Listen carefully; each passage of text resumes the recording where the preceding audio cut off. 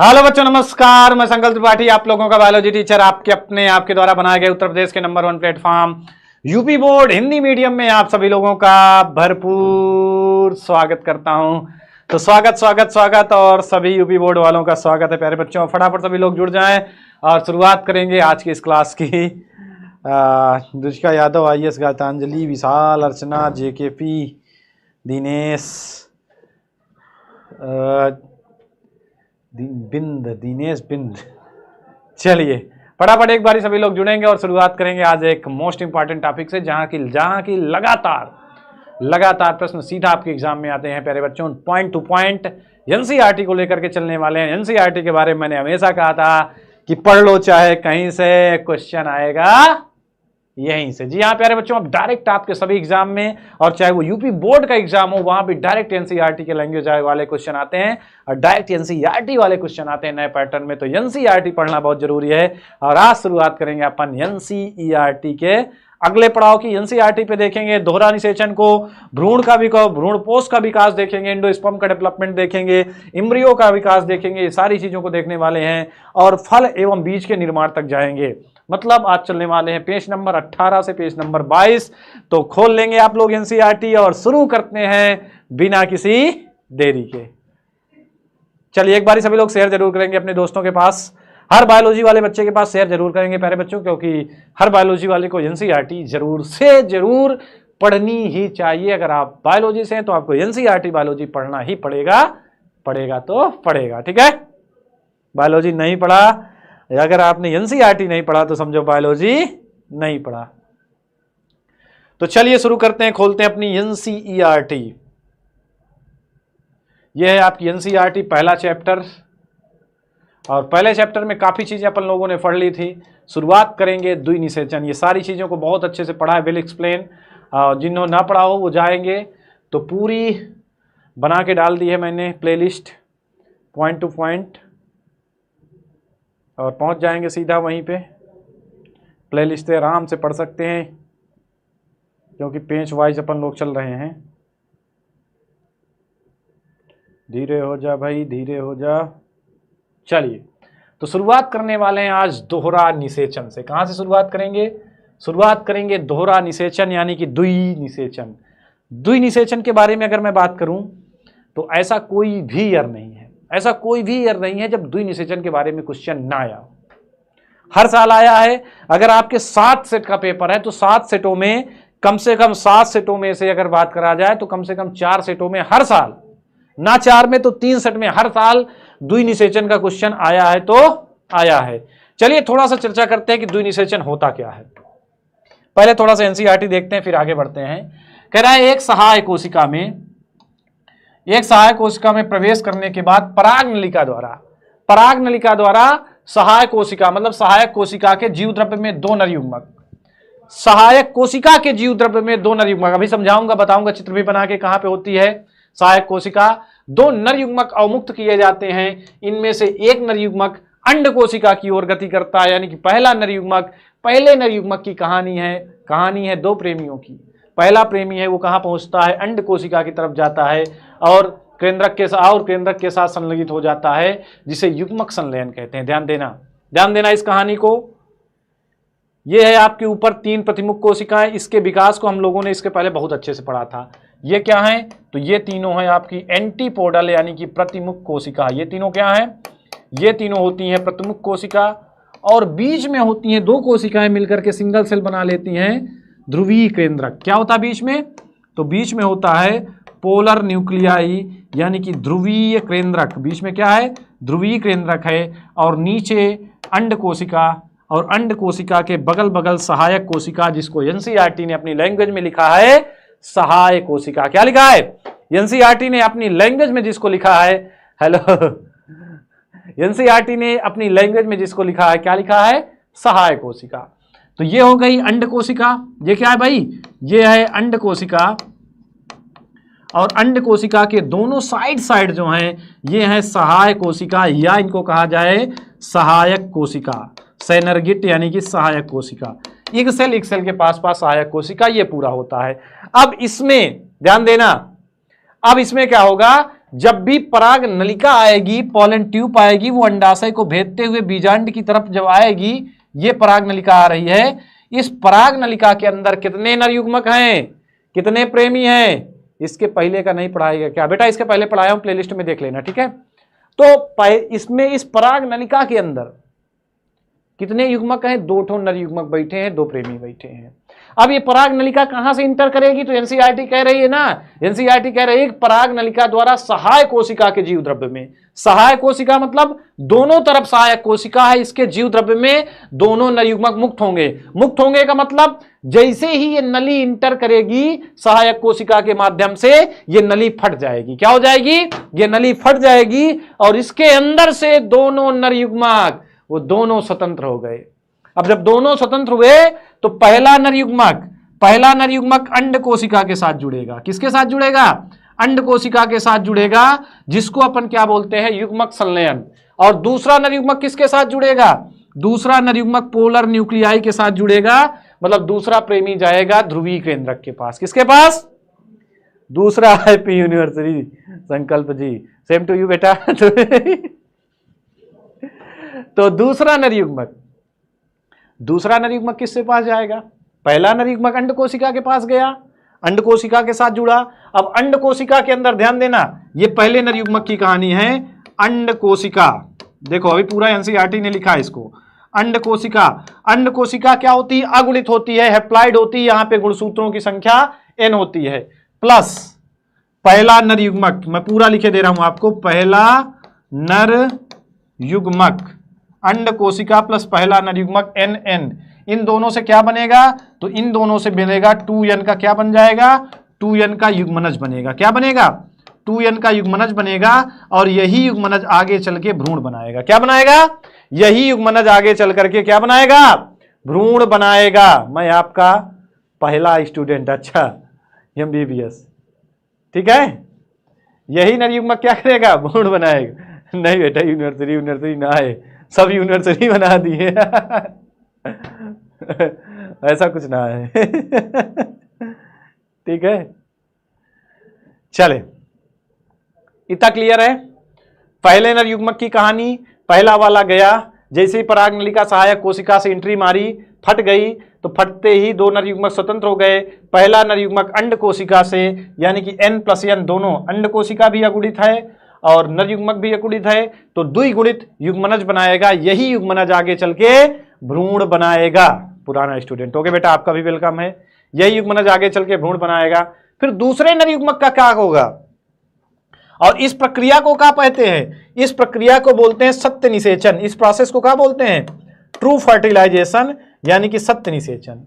फिर दूसरे वाले का क्या होगा भाई? एक की कहानी तो एक प्रेमी की कहानी हो गई, अब दूसरे की कहानी बची है। क्या की बची है? दूसरे की कहानी बची। दूसरा वाला क्या करेगा? तो दूसरा वाला किसके पास जाएगा? ध्रुवीय केंद्रक के पास जाएगा। किसके पास? ध्रुवीय केंद्रक के पास जाएगा। तो ध्रुवीय केंद्रक, और ध्रुवीय केंद्रक आपको पता है, बहुत अच्छे से पढ़ाया था मैंने कि ये क्या है, यहां पे गुणसूत्रों की संख्या क्या है? 2n है। ये कैसा है? ये द्विगुणित है। प्लस दूसरा नर युग्मक, दूसरा वाला प्रेमी, दूसरा नर युग्मक, और नर युग्मक में तो n ही है। इन दोनों ने मिलकर के क्या बनाया? इन दोनों ने मिलकर के 3n का क्या बनाया? इन दोनों ने मिलकर के 3n का भ्रूण पोष बनाया। वहां से बन रहा था भ्रूण, और इन्होंने क्या बनाया? भ्रूण पोष। ये क्या करेगा? भ्रूण पोष। तो भ्रूण पोष करेगा, भ्रूण को पोषण प्रदान करेगा। क्या करेगा? भ्रूण पोष क्या करेगा? भ्रूण पोष भ्रूण को पोषण प्रदान करेगा। ठीक है, चलिए, नहीं समझ में आया? आया कि नहीं आया? नहीं आया एक बारी सुनो। नहीं आया तो चलो यहां पे दिखाई दे रहा हूं, देखो एक बारी फिर से फटाक से चित्र को देख लो तो समझ में आ जाएगा। फटाक से तेजी से चलेंगे। 1 2 3, 3 ऊपर एंटीपोडल हो गए, बीच में 2 क्या हो गए? ये दोनों मिलकर के ध्रुवीय केंद्रक बने। ये अंड कोशिका और ये सहायक कोशिका। अब ऐसे पराग नलिका आती है, किसके माध्यम से जाएगी? सहायक कोशिका के माध्यम से अंदर जाएगी और फट जाएगी। अब फटते ही इसके पहला नर युग्मक अंड कोशिका के साथ, दूसरा नर युग्मक ध्रुवीय केंद्रक के साथ। कहने का मतलब वही है, ध्यान देना। ठीक है, अंड कोशिका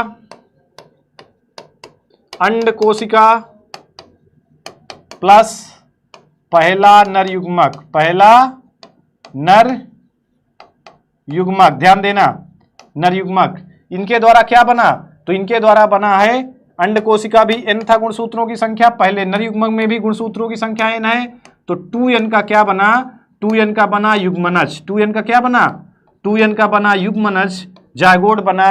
यही युग्मनज आगे चल के क्या बनाएगा, भ्रूण बनाएगा, यही युग्मनज आगे चल के क्या बनाएगा, भ्रूण बनाएगा। ये वाली कहानी टाइट राइट, ठीक है। ये हो गई हमारी अंड कोशिका, ठीक है। और ये क्या है, ये हो गया पहला नर युग्मक, पहला नर युग्मक। पहले नर युग्मक की कहानी इतनी है। अब इस प्रोसेस को क्या बोलते हैं, तो इस प्रोसेस को बोलते हैं ट्रू फर्टिलाइजेशन, यानी कि सत्य निषेचन। इस प्रोसेस को क्या बोलते हैं, सत्य निषेचन। क्या बोलते हैं इस प्रोसेस को, सत्य निषेचन। अब कहानी बची किसकी, हैप्पी यूनिवर्सिटी बाबू सर आप भूल गए कहा इट्स कौन है भाई, नाम बताओ। रावण वाली हंसी हंसो रावण वाली हंसी का है, आओ लंका में स्वागत। अब देखो अब क्या हुआ, पहला प्रोसेस ये हुआ फर्स्ट, सेकेंड प्रोसेस का है दूसरा नर युग्मक बाकी है, तो यह इधर लिखे दे रहा हूं दूसरा नर युग्मक, दूसरा नर युग्मक प्लस ध्रुवीय केंद्रक। क्या हुआ, प्लस ध्रुवीय केंद्रक। दूसरा नर युग्मक n ही था, लेकिन ध्रुवीय केंद्रक, ध्रुवीय केंद्रक में गुणसूत्रों की संख्या 2n थी ना, इन दोनों से क्या बना, तो इन दोनों से बना 3n का क्या बना, 3n का बना भ्रूण पोष। क्या बना, 3n का भ्रूण पोष बना, जो भ्रूण को क्या करेगा, 3n का भ्रूण पोष बना जो भ्रूण को पोषण प्रदान करेगा। क्या करेगा, भ्रूण को, इधर बन गया भ्रूण और इधर भ्रूण को पोषण। अब इस प्रक्रिया को क्या बोलते हैं, इस सेकंड वाली प्रक्रिया का नाम क्या है, तो इस प्रक्रिया का नाम है त्रिसंलयन। क्या नाम है, त्रिसंलयन। त्रिसंलयन क्यों कहते हैं, मैं इसको मिटा दे रहा हूं, पहला नर युग्मक इधर लिख दूंगा। त्रिसंलयन क्यों कहते हैं इस प्रोसेस को, ठीक है। ये हो गया पहला नर युग्मक। इस प्रोसेस को त्रिसंलयन क्यों बोलते हैं, क्योंकि 1 और 2 3 क्या बन गया, त्रिसंलयन हो गया, ठीक है। सर आपका नमकीन मैंने ही खाया था, कौन सा नमकीन खाया था लव यू बेटा, 2024 के स्टूडेंट के लिए, ठीक है बेटा। ये ठीक है, यहां पे कौन बैठा है, यहां पे दूसरा नर युग्मक है, दूसरा नर युग्मक। ये क्या है भाई, तो ये है पराग नली, पराग नली। ये क्या है, ये है प्रतिमुख कोशिका, प्रतिमुख कोशिका। अब अगर इन दोनों प्रोसेस को मिला दिया जाए, ध्यान देना, अगर इन दोनों प्रोसेस को मिला दिया जाए, एंटीपोडल, पोलर न्यूक्लियाई, एक सेल साइनर्गिट, ये हो गया पहला हुआ। देखो पहला क्या हुआ, ट्रू फर्टिलाइजेशन, फिर क्या हुआ, त्रिसंलयन हुआ। अब दोनों प्रोसेस को मिला दिया जाए, मतलब सत्य निषेचन, सत्य निषेचन। ध्यान देना यहां पे बहुत इंपॉर्टेंट है, कलर चेंज किए दे रहा हूं जिससे आपको पता भी रहे, क्योंकि ये बहुत पूछा जाता है, हर जगह पूछा जाएगा। सत्य निषेचन, पहला प्रोसेस क्या था, सत्य निषेचन था, तो सत्य निषेचन प्लस, सत्य निषेचन के साथ साथ दूसरा क्या है, त्रिसंलयन। सत्य निषेचन प्लस त्रिसंलयन बराबर क्या हो गया, बराबर द्विनिषेचन, बराबर डबल फर्टिलाइजेशन, यानी कि द्विनिषेचन। निषेचन 2 बार हुआ, पहले बार निषेचन ये हुआ, पहले नर युग्मक ने किया, दूसरा निषेचन का हुआ, त्रिसंलयन हुआ, दूसरे नर युग्मक ने किया, तो सत्य निषेचन प्लस त्रिसंलयन बराबर क्या हुआ, निषेचन 2 बार हुआ, 2 बार का मतलब है द्विनिषेचन, ठीक है, द्विनिषेचन, ठीक है। आप कुछ बोला क्यों नहीं रहे हो, हमसे नाराज हो क्या नहीं तुमसे नाराज नहीं है। बोला कब सिखाओगे सर, बोलना कब सिखाओगे, क्या बोलना, ठीक है। इसका स्क्रीनशॉट ले लो बेटा, बहुत काम की चीज है, इसको अपनी कॉपी में जरूर नोट करना। यूपी बोर्ड में भी आएगा, आपके नीट में भी आएगा, हर एग्जाम में क्वेश्चन बनेगा जरूर, और लाइक जरूर करेंगे बेटा। डन डन, ये हो गया आपका द्विनिषेचन। ये आता है आपका यूपी बोर्ड में 5 नंबर देगा आपको, ये यूपी बोर्ड में देगा 5 मार्क, यही कहानी लिखना है, यही चित्र बनाना है, चित्र में नाम सबका दे देना, अंड कोशिका, सहायक कोशिका, ध्रुवी केंद्रक ना, ये सारे नाम दे देना बस, ठीक है। 5 नंबर आपको दिला के जाएगा। रावण वाली हंसी, अरे यार ताप नहीं है।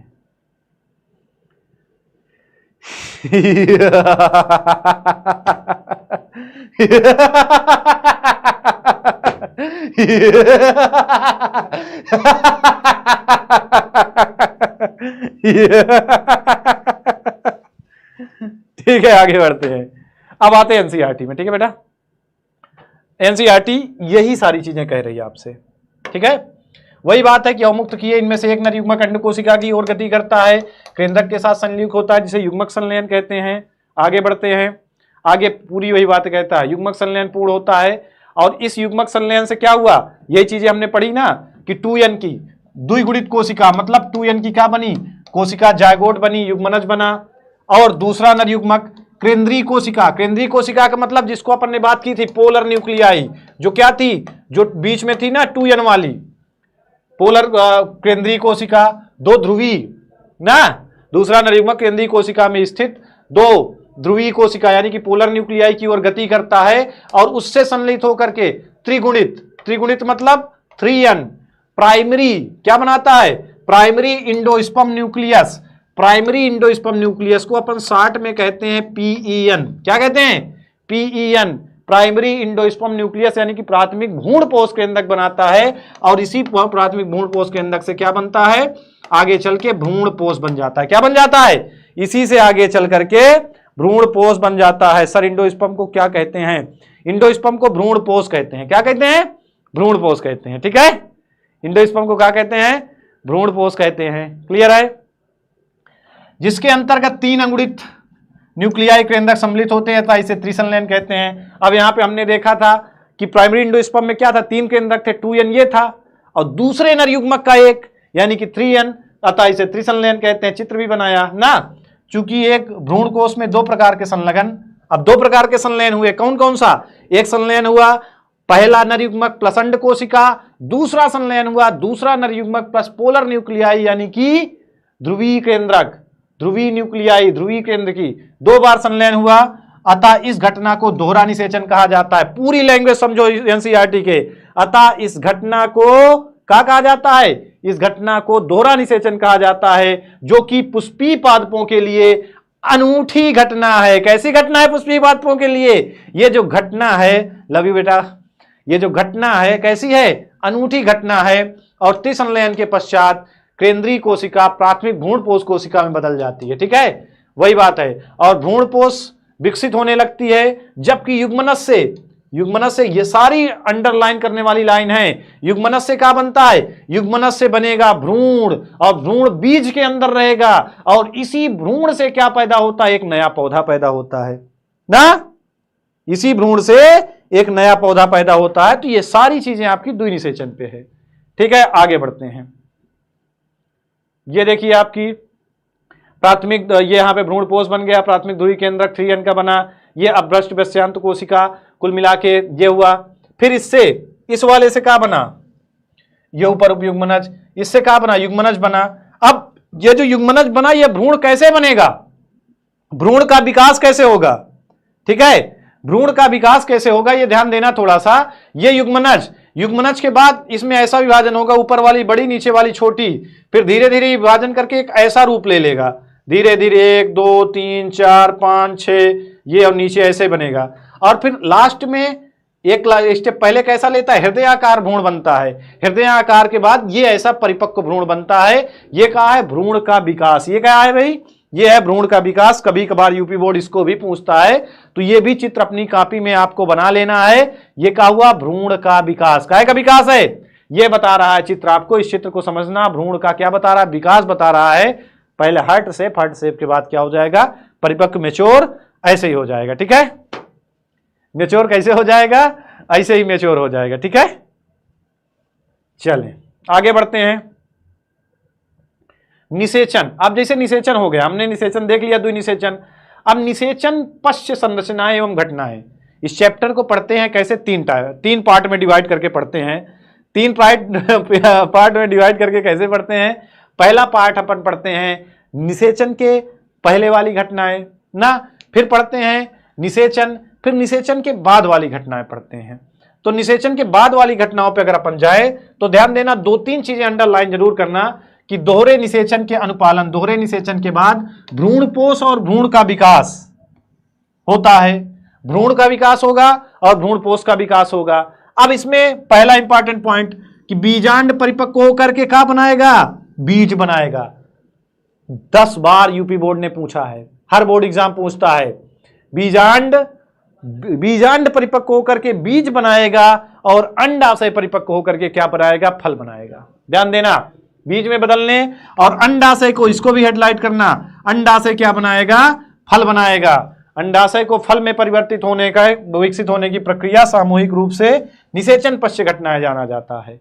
ठीक है, बीजांड विकसित होकर के बीज बना देगा और उसी बीज के अंदर भ्रूण रहेगा और अंडाशय विका बनाएगा, अंडाशय बना देगा फल। ठीक है, आगे आते हैं।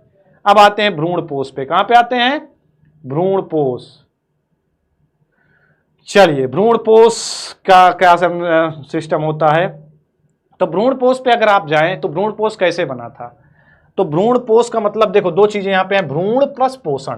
नाम पे ही अगर आप जाओ तो 2 चीजें मिल रही है आपको।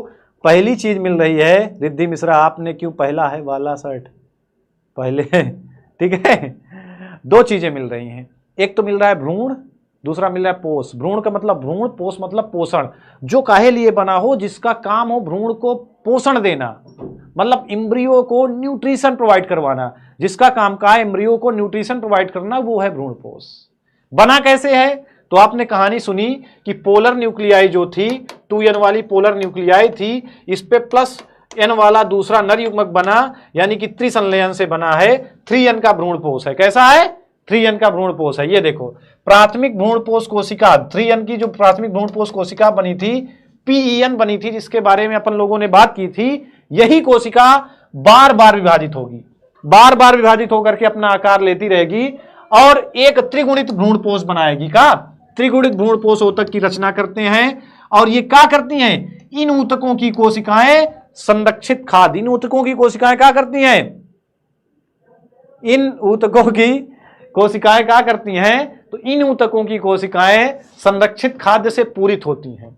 मतलब इनमें खाद्य पदार्थ संरक्षित रहता है, वो खाद्य पदार्थ बीज को मिलता रहता है, भ्रूण को मिलता रहता है। नहीं, भ्रूण भाई, भ्रूण जीवित कोशिका है। भ्रूण कैसी है, जीवित कोशिका है, लिविंग सेल है। अगर उसको खाना नहीं मिलेगा, लिविंग सेल को, अगर लिविंग सेल को अपन न्यूट्रिशन नहीं प्रोवाइड करवा पाएंगे तो लिविंग सेल क्या हो जाएगी, डेथ हो जाएगी, मर जाएगी।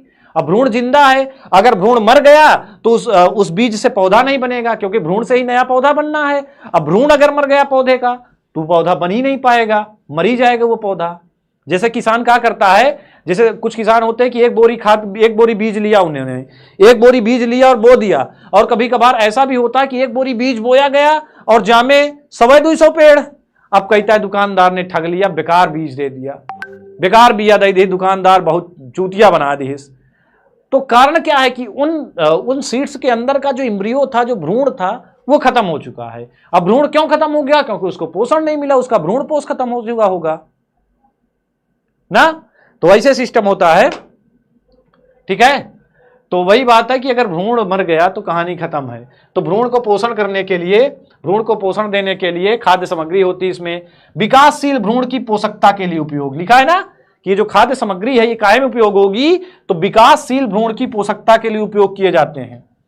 सामान्य प्रकार के प्राथमिक भ्रूणपोष केंद्रक का नाम भ्रूणपोष विकास उत्तरोत्तर केंद्र की विभाजन से गुजर कर, मतलब बार बार विभाजन होकर के कुछ ऐसी संरचना बनाते हैं, वो आपको दिखा रहा है ना। ये आपका प्रांकुर है, प्रांकुर में ये बीज पत्र है, बीज पत्र आधार है, ये मूलांकुर, मूल गोप, ऐसा। मूलांकुर से काम निकलेगा, मूलांकुर से मूल निकलेगा भाई प्रारोह। एक तो प्रारोह होता है, प्रारोह ऊपर की ओर जाएगा और एक नीचे की ओर आएगा, जड़ बनेगा, एक और थोड़ा सा जड़ भी बनेगी और फिर आगे का होगी, ऊपर पौधा भी जाएगा। तो भ्रूणपोष की विकास की इस तरह अवस्था को इंडोस्पर्म अर्थात मुक्त केंद्र की भ्रूणपोष कहते हैं। ठीक है। अब मुक्त केंद्र की भ्रूणपोष कैसा क्या होता है, तो थोड़ा सा ध्यान देना। जैसे आप लोगों ने सुना होगा कि नारियल में हम लोग क्या खाते हैं, नारियल में जो खाने वाला पदार्थ होता है वो होता क्या है, तो नारियल का खाने वाला पदार्थ है, जो नारियल का पानी है या जो नारियल का खाने वाला पदार्थ है, वो अपन ने क्या खाया, उसका भ्रूणपोष ही खाया। क्या खाते हैं, उसका भ्रूणपोष ही खाते हैं। अब वो नारियल का भ्रूणपोष था, वो काहे लिए था, नारियल के भ्रूण को पोषण करने के लिए, लेकिन उसको खा करके हमने पोषण ले लिया। उसके पानी को, वो पानी नारियल का काहे लिए था, उसके भ्रूण को पोषण देने के लिए, लेकिन उसको पी करके उसके भ्रूण का पोषण हटा करके हमने खुद अपने आप को पोषित कर लिया, अपने आप को पोषित कर लिया। अब एक क्वेश्चन और आएगा आपसे कि नारियल का भ्रूणपोष कैसा होता है, तो यहां पे एनसीईआरटी आपको बता रही है, आपके समझ में नहीं आएगा, लेकिन यहां से देखो नारियल का भ्रूणपोष कैसा है, फ्री न्यूक्लियर इंडोस्पर्म, अर्थात मुक्त केंद्रकी भ्रूणपोष। कैसा है, मुक्त केंद्रकी भ्रूणपोष। ठीक है, इसके सापेक्ष कोशिका की भित्ति रचना स्थान लेती है, भ्रूणपोष कोशिकीय हो जाता है। कोशिकीकरण से पहले मुक्त न्यूक्लियोइडों की संख्याओं का बन जाता है। ठीक है, तो ध्यान देना, नारियल, कच्चे नारियल का पानी जिससे आप परिचित हैं, वही बता रहा है ये कैसा है, ये मुक्त केंद्रकी भ्रूणपोष है। कैसा है, नारियल का पानी, नीट पूछ सकता है, नारियल का पानी या नारियल का अंदर वाला सिस्टम कैसा भ्रूणपोष है, मुक्त केंद्रकी भ्रूणपोष है, फ्री न्यूक्लियर इंडोस्पर्म है। कैसा है, फ्री न्यूक्लियर इंडोस्पर्म है, यानी कि सफेद गूदा, गरी, सफेद गूदा, गरी, ये सारी चीजें। ठीक है, तो यहां जरूर, यहां भी आप लोग क्या करना, यहां भी आप लोग हेडलाइट जरूर कर सकते, ठीक है, हाईलाइट कर सकते हैं, हेडलाइट कह रहा हूं। ठीक है, अगली चीज, अगला देखो टर्निंग पॉइंट दिया आपको। अगला पॉइंट क्या कह रहा है, अगला पॉइंट कहता है कि बीज परिपक्व होने से पहले भ्रूणपोष पूरी तरह विकसित होता है। अब आपसे इसी एग्जाम्पल से क्वेश्चन उठा के देगा। क्या क्वेश्चन उठा के देगा, एनसीईआरटी से क्वेश्चन बनते कैसे हैं, जैसे पूछ लिया कि बीज के परिपक्व होने से पहले पूरी तरह विकासशील भ्रूण किसमें पाया जाता है। बीज के परिपक्व होने से पहले पूरी तरह से विकासशील भ्रूण किसमें पाया जाता है। 3 एग्जाम्पल है, यहीं से क्वेश्चन उठा लेगा। तो मटर में, मूंगफली में और सेब में। किसमें किसमें, मटर में, मूंगफली में, सेब में। ठीक है, मटर, मूंगफली और सेब जरूर याद रखना, इसको भी आप हाईलाइट कर लेना कि बीज के परिपक्व होने से पहले भ्रूणपोष पूरी तरह से विकासशील भ्रूणपोष द्वारा उपयोग कर लिया जाता है। ठीक है, बीज के परिपक्व होने से पहले भ्रूणपोष पूरी तरह विकासशील भ्रूण द्वारा उपभोग कर लिया जाता है, मतलब खा लिया जाता है। दूसरा पॉइंट, या तो कभी कभार क्या रहता है, परिपक्व बीज, अब पूछ लेगा किसके बीज में भ्रूणपोष विद्यमान रहता है।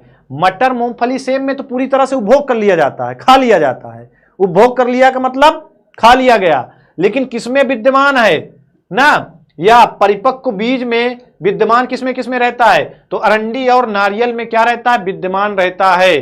ठीक है, और इसे बीज के अंकुरण के समय इस्तेमाल किया जाता है। यही पूछ ले सकता है कि किसका भ्रूणपोष बीज के अंकुरण के समय इस्तेमाल किया जाता है, तो अरंडी और नारियल। किसमें किसमें, अरंडी में और नारियल में। ठीक है, चलें, यदि अरंडी, मटर, मूंगफली, नारियल को फल को खोले तो प्रत्येक भ्रूणपोष को देखें, ये सारी चीजें हैं। अब अगर आपसे पूछूं कि गेहूं, चावल, मक्का, ये भी क्वेश्चन आ सकता है, गेहूं, चावल, मक्का में भ्रूणपोष विद्यमान है कि नहीं है। हाँ, ये बहुत अच्छा क्वेश्चन है, ये भी आएगा जरूर, ये भी आएगा जरूर। देखो, जो एनसीईआरटी ने पूछा, आपसे मैं भी पूछ रहा हूं, इसका उत्तर सब लोग कमेंट बॉक्स पे जरूर देंगे, वीडियो खत्म होते ही कमेंट बॉक्स पे जरूर देंगे कि गेहूं, चावल, और मैंने पढ़ाया भी था, जितने बैच वाले बच्चे हैं याद करो, पढ़ाया है, गेहूं, चावल तथा मक्का में भ्रूणपोष होता है कि नहीं होता। जरूर जरूर इसका आंसर देंगे। ठीक है, क्योंकि ये भी आ सकता है जी। ओके, अब आते हैं भ्रूण में। कहां पे आते हैं, भ्रूण पे आते हैं, यानी कि एम्ब्रियो पे आते हैं। वो जो हृदयाकार स्ट्रक्चर ऊपर बना था ना, वहीं पे भ्रूणकोश या पुटी बीजांड द्वार सिरे से विकसित होता है, जहां पर एक युग्मनज स्थित होता है। युग्मनज से विकसित होता है ना भाई, पहला नर युग्मक प्लस अंड कोशिका, इससे 2n का क्या बना था, इससे 2n का जायगोट बना था, यानी कि युग्मनज बना था। इसी युग्मनज से कौन बनेगा, इसी युग्मनज से कौन बनेगा, भ्रूण बनेगा। अधिकतर युग्मनज तब विभाजित होते हैं जब कुछ निश्चित सीमा तक भ्रूणपोष विकसित हो जाएंगे। जब भ्रूणपोष विकसित हो जाएंगे तो युग्मनज में विभाजन होने लगेगा और ये भ्रूण बनना शुरू हो जाएगा। यह एक प्रकार का अनुकूलन है ताकि विकासशील भ्रूण को, क्यों, ताकि विकासशील भ्रूण को पोषण भी मिलता रहे। अगर भ्रूण का विकास शुरू हो तो युग्मनज उससे पहले थोड़ा सा, भ्रूण पोष उससे पहले थोड़ा सा विकसित हो जाए, जिससे क्या हो जाए, उसको खाना पीना मिलता रहे ना। यद्यपि बीजों में व्यापक भिन्नता होती, सारे बीज अलग अलग होते हैं, एनसीईआरटी का कहना भी है, सही बात है। तो भ्रूण का विकास, जिसको अपन भ्रूणोद्भव भी कहते हैं, प्रारंभिक चरण एक बीजपत्री द्विबीजपत्री दोनों में समान होती है। शुरुआत में एक बीजपत्री और दो बीजपत्री में समान होती है। एक बीजपत्री द्विबीजपत्री जानते हैं, जिसके बीज में केवल एक बीजपत्र पाया जाए, वो एक बीजपत्री। उदाहरण के लिए जैसे मैं कहूं चावल का बीज है, इसको आप दो भागों में विभाजित नहीं कर सकते, इसमें एक ही बीजपत्र होता है, तो ये एक बीजपत्री। द्विबीजपत्री का मतलब क्या है, जिसका बीज आवरण हटाने पर दो भाग में विभाजित हो जाता है। जैसे आम देखा होगा, आम द्विबीजपत्री दो भागों में विभाजित हो जाता है। अरहर देखा होगा, अरहर भी दो भागों में, अरहर का बीज भी दो भागों में तुरंत विभाजित हो जाता है, द्विबीजपत्री है ना। अरहर के बाद आपने मूंगफली देखा होगा, वो भी द्विबीजपत्री है, वो भी क्या है, वो भी द्विबीजपत्री है ना। और जिसमें एक ही होता है सिस्टम, जैसे मक्का हो गया, एक ही है, दो भागों में विभाजित नहीं होता, तो ये क्या है, एक बीजपत्री। चावल हो गया, मक्का हो गया, ये सारे क्या हैं, एक बीजपत्री ना। तो शुरुआत में विकास दोनों का एक ही है, एक ही सेम है, लेकिन अब वृद्धि करता चला जाएगा और इसके सापेक्ष गोलाकार, फिर हृदयाकार, अभी ऊपर आप लोगों ने देखा ना इस चित्र को, फिर परिपक्व भ्रूण में क्या करता है, वृद्धि करता है। फिर क्या करेगा, परिपक्व भ्रूण में वृद्धि करता है। तो यही कह रहा है कि द्विबीजपत्री में दो बीजपत्र समाहित होते हैं, ठीक है। अब भ्रूण के अक्ष पर एक प्रोटीन, कौन सी प्रोटीन, एपिकाटिल, यानी कि बीजपत्रोरिक होती है। अब प्रांकुर, मूलांकुर से जड़ बनेगी, प्रांकुर से ऊपर का पार्ट बनेगा।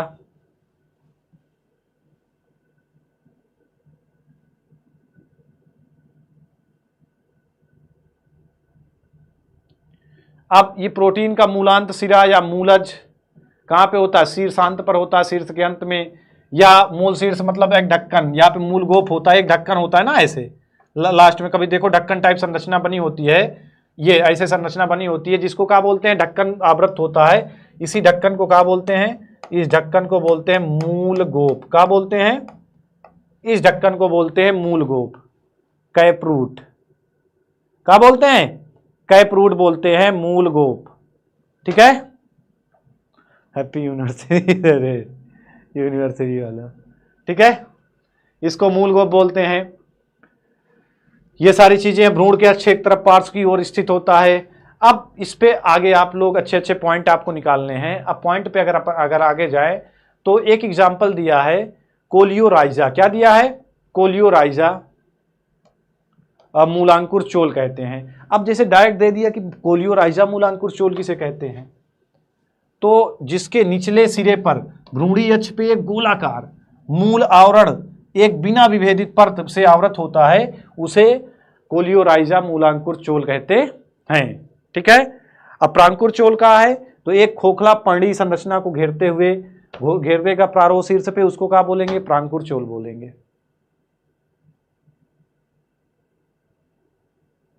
अब आते हैं बीज पे, कहां पे आते हैं, बीज पे आते हैं। अगर आप बीज पे जाएंगे तो पहली चीज आपको एक चीज पता होना चाहिए, क्या पता होना चाहिए, पहले तो ये भी जरूर पता होना चाहिए आपको कि बीज काहे से बनता है। काहे से बनता है, बीज काहे से बनता है, बीजांड से निषेचन के बाद जो बीजांड है वो क्या बनाएगा, बीज बनाएगा, और बीजांड का जो आवरण है वो बीजावरण बनाएगा। क्या बनाएगा, बीजावरण पाएगा।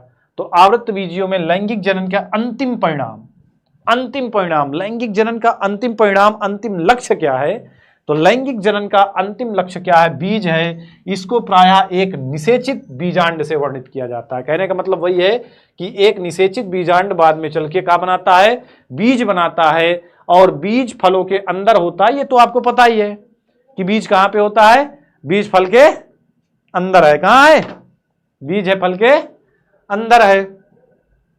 एक बीज विशिष्ट रूप से बीज आवरण, बीज के अंदर क्या क्या है, तो सबसे पहले क्या है, बीज के ऊपर एक आवरण है, एक क्या है, आवरण है, उसको अपन क्या बोलते हैं, बीज आवरण। ये कहां से बनता है, ये बीजांड से बनता है। बीजांड के ऊपर जो चोल है वही बीज आवरण बना देगा। फिर क्या है, अंदर क्या है, बीज पत्र है, बीज पत्र के बाद क्या है, एक भ्रूण है। क्या है, भ्रूण। भ्रूण को अखुआ भी बोलते हैं। क्या बोलते हैं, भ्रूण या अखुआ समाहित होता है। भ्रूण को क्या बोलते हैं, अखुआ। अब अगर कई सारे भ्रूण हो जाएं तो पॉलीम्ब्रोनी यानी कि बहुभ्रूणता सामान्य तौर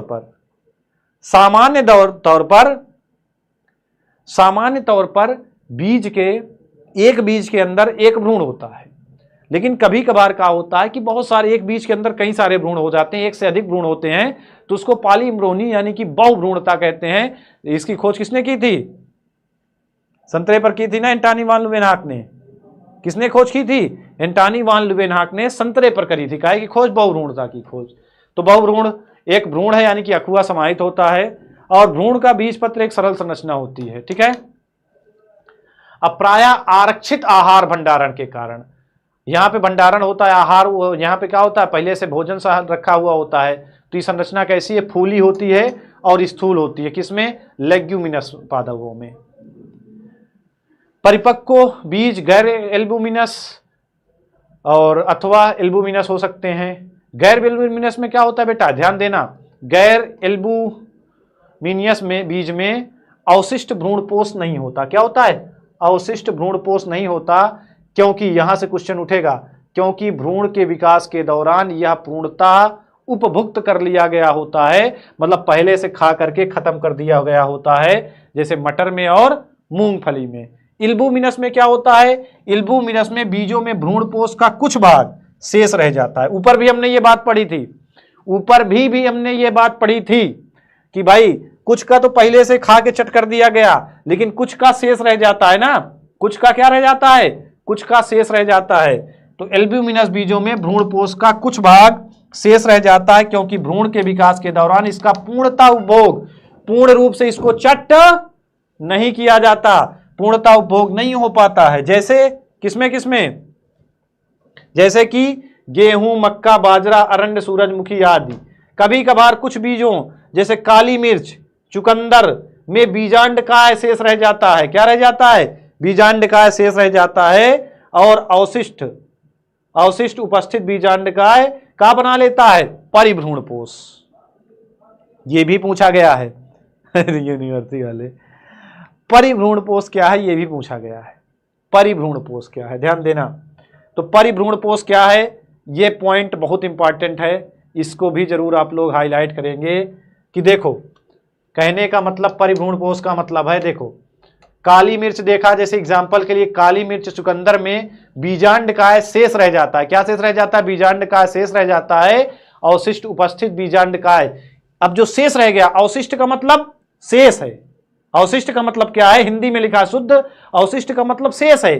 तो शेष जो बीजांडकाय है, जो पड़ा रह गया, नष्ट नहीं हुआ, उसी को बोलते हैं परिभ्रूणपोष। क्या बोलते हैं, उसी को बोलते हैं परिभ्रूणपोष।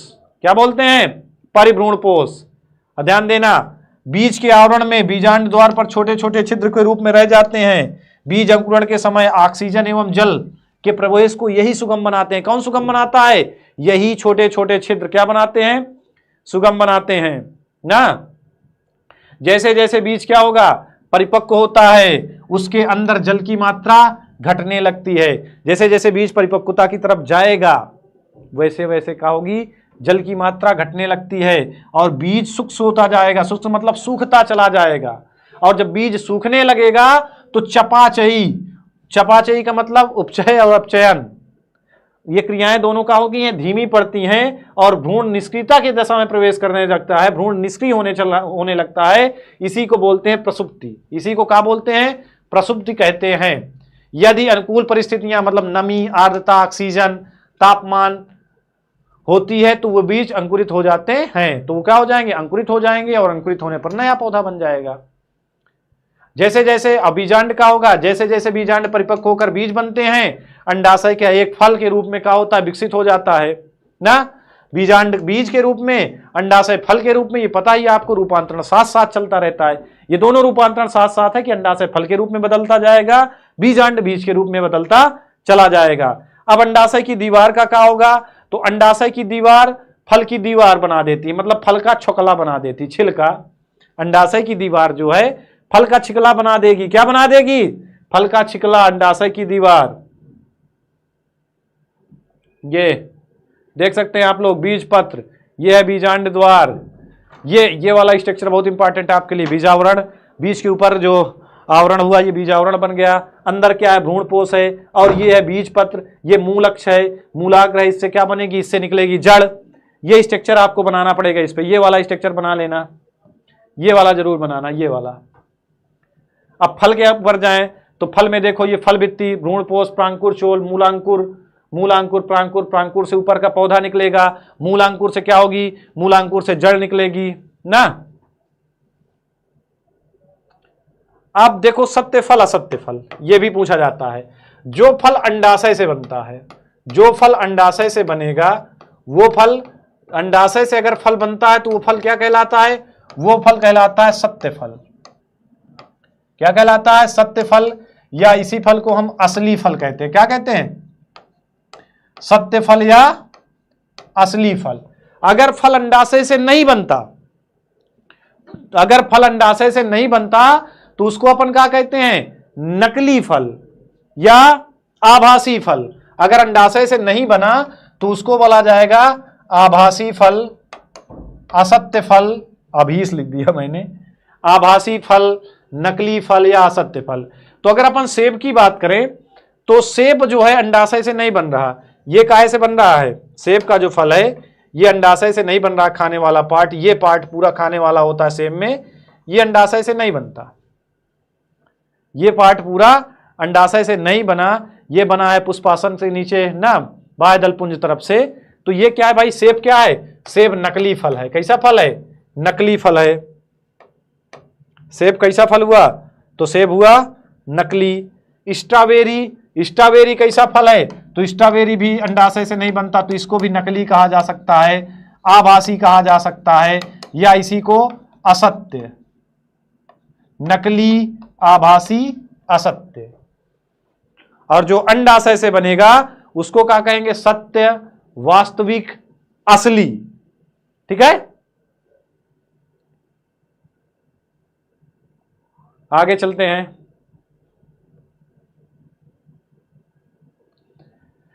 तो जो छिलका बना है उसको क्या बोलते हैं? फल भित्ति बोलते हैं। फल अमरूद, आम, संतरा आदि की भांति गूदेदार हो सकते हैं, अथवा मूंगफली, सरसों आदि के भांति सूक्ष्म भी हो सकते हैं। आपने बहुत सारे फलों को देखा होगा, ये सारी चीजें हैं।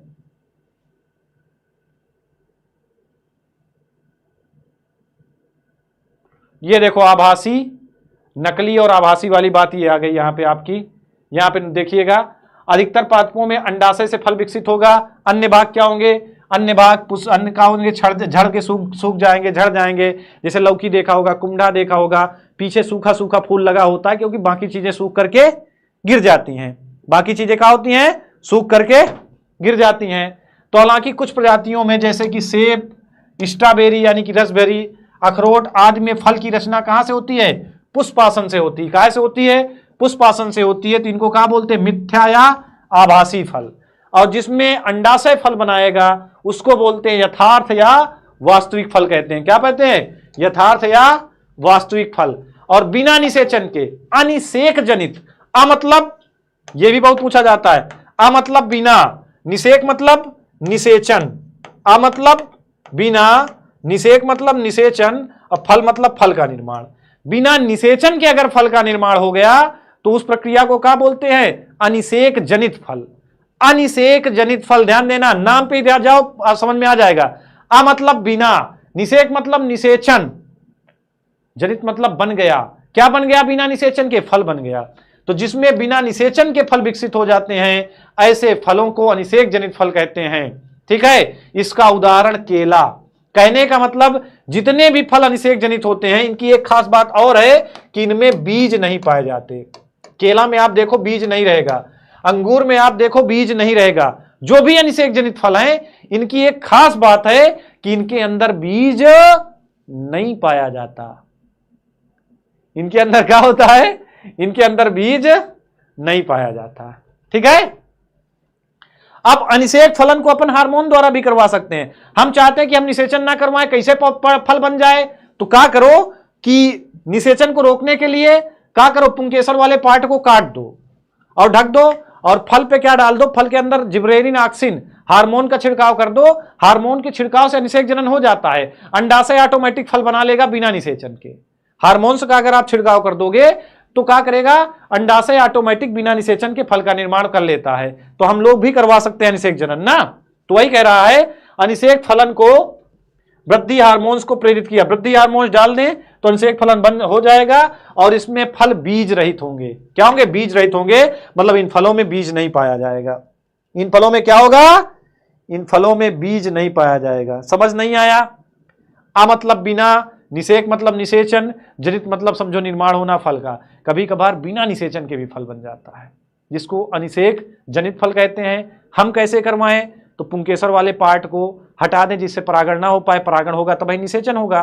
तो और क्या करें, स्त्री केसर वाले पार्ट में, यानी कि उसके वर्तिकाग्र में, अंडाशय में सीधा ले जाकर के कौन से हार्मोन, वृद्धि को प्रेरित करने वाले हार्मोन्स ऑक्सिन है, जिब्रेनिन है, इनको जाकर के छिड़काव कर दें तो ऑटोमेटिक बिना निषेचन के उससे क्या हो जाएगा, फल का निर्माण हो जाएगा उस अंडाशय से।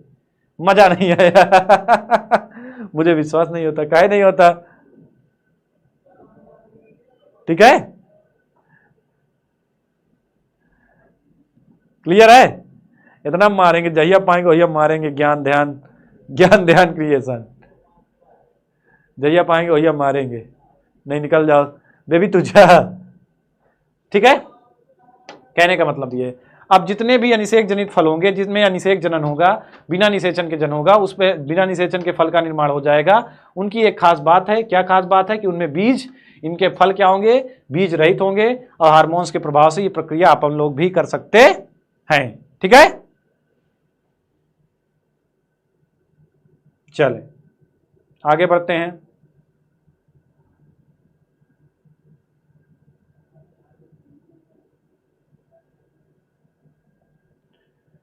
चलिए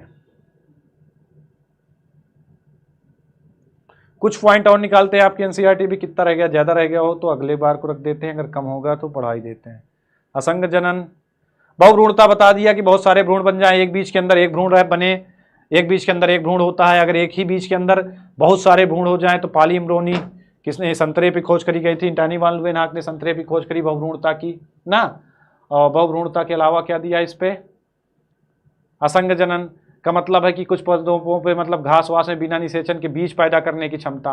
अभी तक हम लोगों ने देखा था कि बिना निषेचन के फल ही बन रहा था, बीज नहीं हो रहे थे, लेकिन बिना निषेचन के अगर बीज पैदा करने की क्षमता विकसित हो जाए तो वो प्रोसेस क्या कहलाता है, वो प्रोसेस कहलाता है असंग जनन। सामान्य तौर पर बीज निषेचन के परिणाम है, लेकिन कुछ पुष्पीय पादपों जैसे कि स्ट्रेसिया या घासों में बिना निषेचन के बीज पैदा करने की प्रक्रिया विकसित कर ली है या होती भी है, इसको असंग जनन बोलते हैं। बिना निषेचन के पैदा हुए फल को क्या कहते हैं, अनिषेक फलनी फल। क्या कहते हैं, अनिषेक फलनी फल कहते हैं। ये प्रोसेस एक बार देख लेना। बहुभ्रूणता आप लोग जानते ही हैं कि बहुत सारे भ्रूण बन जाए, वो क्या होता है, बहुभ्रूणता होता है। इसके भी एग्जाम्पल देख लेना। और कितना है, हाँ ये देख लिया आपने, इसके एग्जाम्पल बहुभ्रूणता के देख लेंगे।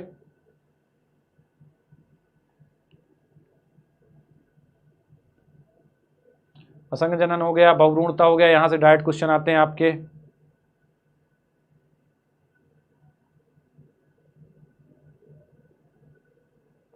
थोड़ा सा आप लोग इसे पढ़ लेना, बस ज्यादा इंपॉर्टेंट चीजें नहीं। आभासी फल यथार्थ फल हो ही गया, थोड़ा सा इतना देख लेना, ठीक है।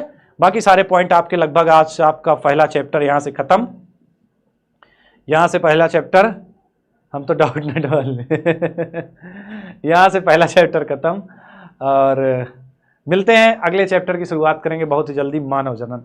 और मानव जनन आप एनसीईआरटी से पढ़ना चाहते हैं या नहीं, एक बारी मुझे जरूर बता देंगे कमेंट सेक्शन पे। कमेंट जरूर करेंगे सभी लोग, लगभग 50-60 लोग अभी भी लाइव हैं, तो सब लोग कमेंट जरूर करेंगे, ठीक है, कमेंट सेक्शन पे जा करके।